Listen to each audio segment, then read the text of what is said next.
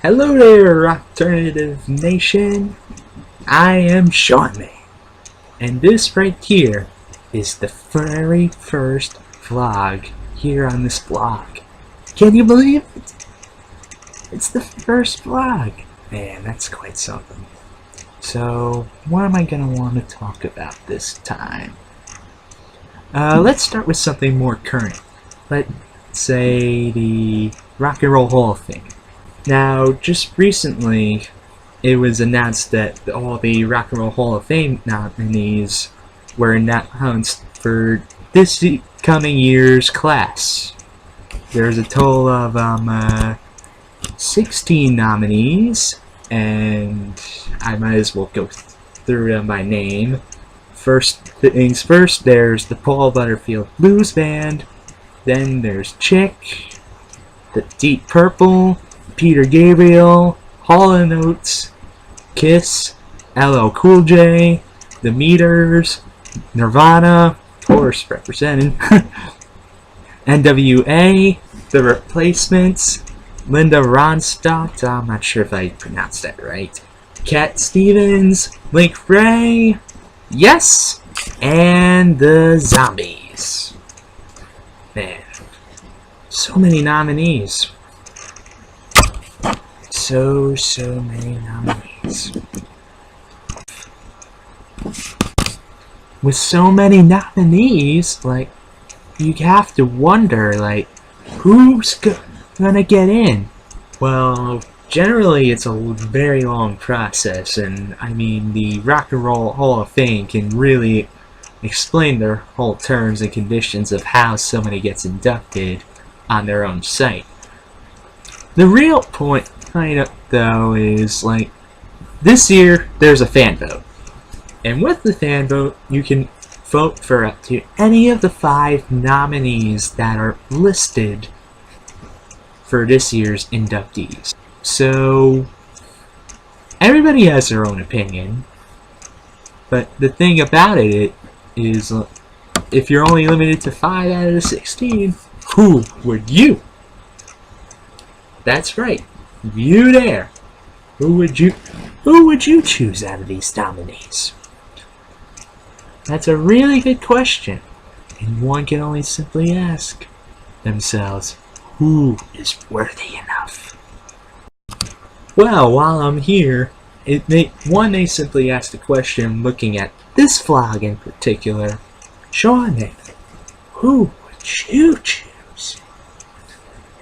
Well, I might as well outline all 5 of my choices and explain a little of why I think I would choose them, maybe. But, you know, instead of just waiting, let's just get right on to it.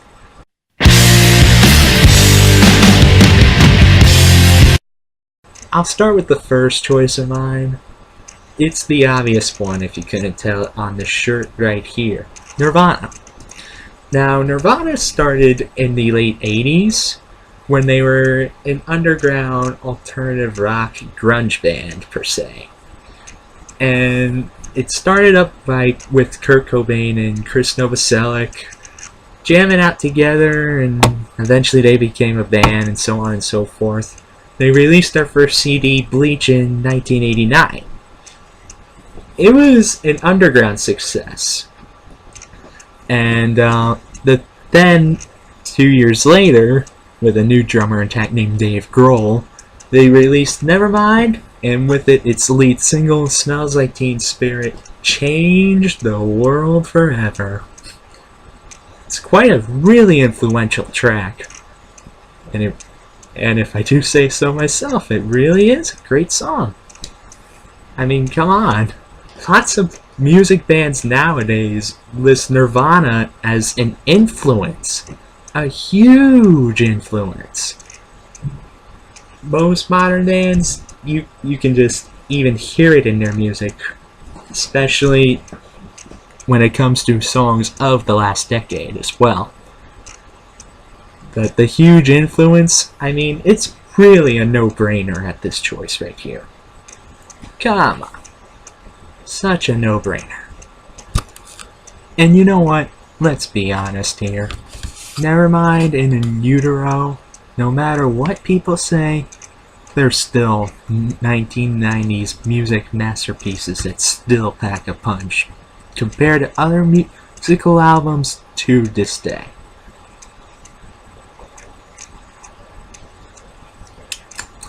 Man, that's some good punch.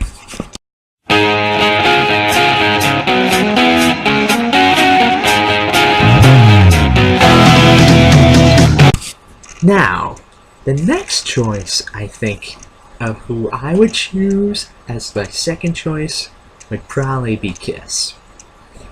I mean, usually the rule states that a band is eligible to be in the Rock and Roll Hall of Fame 25 years after the release of their first record.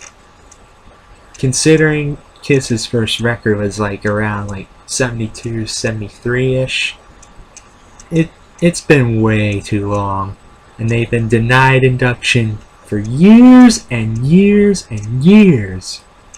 I mean, come on, seriously? Well, anyway, enough ranting about that, but Kiss is known for their very energetic and unique live performances. They really are quite like nothing else out there at the time, especially when in the 70s. During the 70s, their live material was like nothing else, and it's just great. Believe me, I've actually seen a Kiss show. Well, not with the original band, unfortunately. I'm too young to understand. But, still, it was a really good show, regardless. And Kiss is a brand anyway. They've made so much different sorts of materials anyway. Whether it comes to dolls, pens, even a coffin. They have so many different things, you can say, that pretty much they've sold. They're a total brand, and I mean, not much bands can actually put themselves as a brand anyway. I mean, come on. And not to mention, their live performances have quite an influence to this day too. I mean, just look at some of the rock and metal bands with some of the outrageous stuff they do later on. There are a lot of different things you can just mention when you just mention about Kiss. I mean, really, there's a lot of stuff. But I don't want to make this vlog really like 2 hours long per se about all the different things that Kiss has made.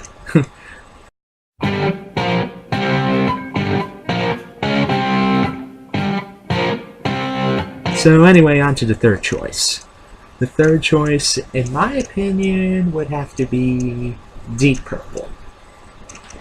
Now, Deep Purple was, I'm not sure if anybody's seen last year's inductions, but they were up for nomination, yet somehow they didn't make it. Which surprises me. They were one of the bands that were part of the early heavy metal music movement in the early 70s alongside Black Sabbath. But, I just don't know why they weren't inducted. They just should have. And not to mention, they have a really big influence, especially with help bringing the whole heavy metal genre out there. And not to mention, they have a bunch of awesome songs. I mean, Smoke on the Water, you know, that song that's like do do do do do do do do do do do, or Highway Star, which is a really awesome song. If you haven't heard it, do check it out. Or say Space Truckin'. I want to go Space Truckin'. But really, I mean, up for nomination last year and they didn't even make it? You gotta be kidding me. So what else can be said about Deep Purple? influential, awesome music. I mean, Deep Purple, they're really, it's hard to say, but they're one of those bands that truly just deserve to be in the Rock and Roll Hall of Fame at this point. Well, anyway,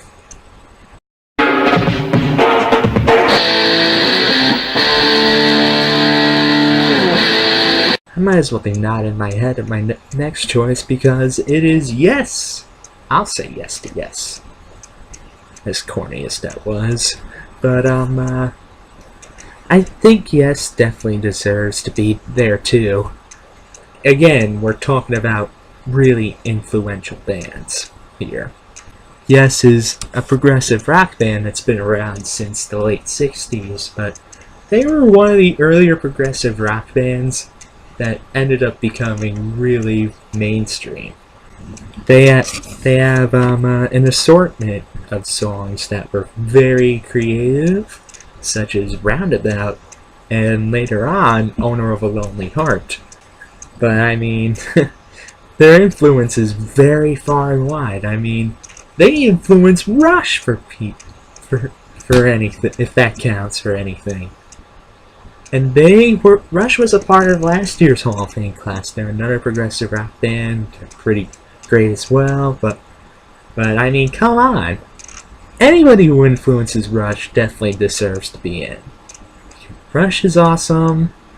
And yes, I mean, I haven't heard too much of their music personally, but what I heard so far is really amazing stuff. I mean, go listen to it. Roundabout, I tell you. Roundabout, that's the starting point. And from there on, it just gets better and better. I mean, again, huge influence. They were helpful in making a genre popular. That right there already has the keys to making a band that really should just be in the Hall of Fame by now.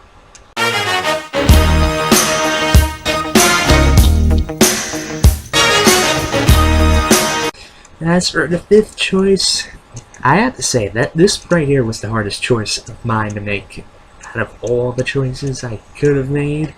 There's so many nominations, and to condense it only down to 5? Man, that's a tough decision for anybody to make. But, I have to give honorable mentions to, the Replacements. They're very underrated. I do say check out some of their songs, Alex Chilton especially. Hall & Notes, I gotta say, they're also good too, but they aren't my 5th choice. But, they're still pretty good for their time. Link Ray, he friggin' made the power chord what it was before it was called the power chord. That in itself deserves at least a shout out. But the 5th choice that I've made overall and for the Rock and Roll Hall of Fame should be, in my opinion, Peter Gabriel. Peter Gabriel, I mean, he's already been inducted into the Hall of Fame before, but that was because he was a member of the group Genesis. However, though, if he gets inducted again, this time it would be for all his solo work, which I gotta say is really something else for its time.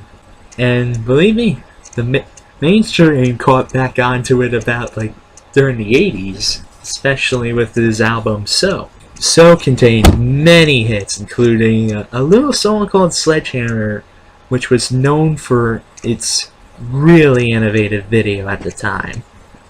And that in itself won 9 MTV VMA awards. Or MTV awards, I forgot which. But the record to that still stands to this day. That's amazing. And his solo music even has influenced a number of indie bands that are currently out making music right now in our own time. Such as, for example, Arcade Fire. Or Peter Gabriel's solo work has even influenced great bands like U2. But, I mean, that in itself deserves the fact that he can get in again for his solo work this time. Overall, those would be the 5 choices that I would make for the Rock and Roll Hall of Fame inductions if I was in charge of who can get in or not.